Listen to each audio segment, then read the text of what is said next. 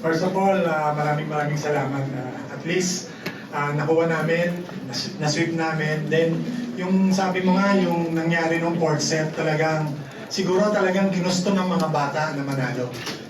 Ever since, lamang yung yung end ng fourth set talaga lang ginapitan. Baga yung puso nandoon, talagang gusto talaga nilang manalo. So, sa nangyari ngayon, medyo talagang, sabi nga namin sa mga bata, talagang mahirap itong pagdadaanan natin yung sweep. Kailangan lang talaga nating magtiyaga. Tiyagain lang natin bawat puntos, huwag tayong maiinip.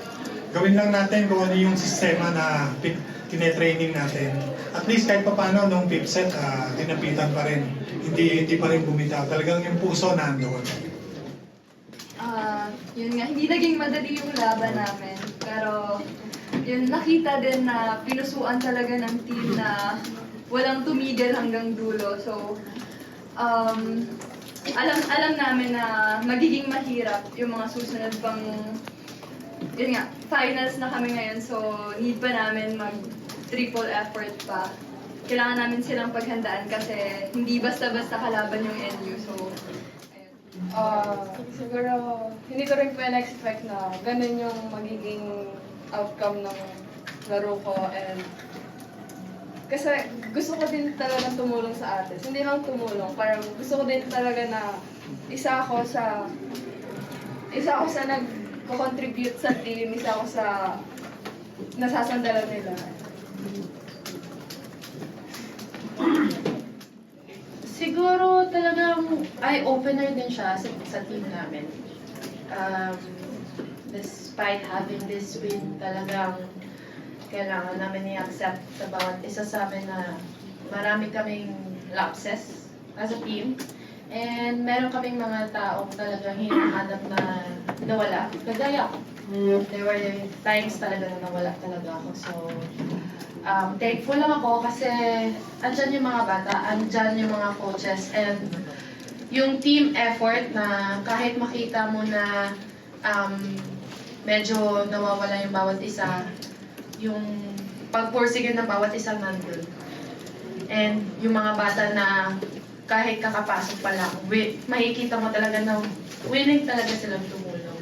And kudos dun sa mga bata talaga, lalo na si Shane, na pinakita niya talaga na yung kaya niya.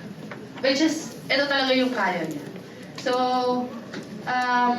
eye-opener siya, pero at the same time, happy din kasi ito din talaga yung gusto namin. But, syempre, kailangan pa talaga namin gumising at kailangan pa talaga namin i-work on lahat-lahat at magtiyaga bawat point.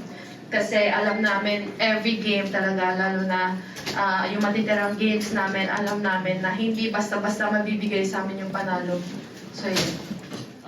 Yes, ano rin kahit sabi mo 4 times, nauna kasi yung touch death bago mag 4 times. So talagang, kung ano yung makikita talaga, yun yung unang nahatulan.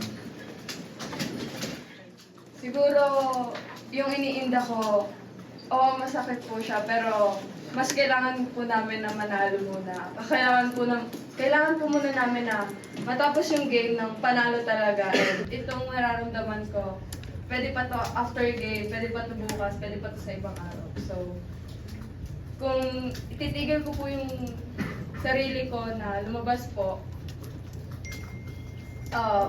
kung hindi ngayon, kailan pa namin magagawa. And para sa sarili ko din po na kaya akong ilaban kung ano man yung nararamdaman ko.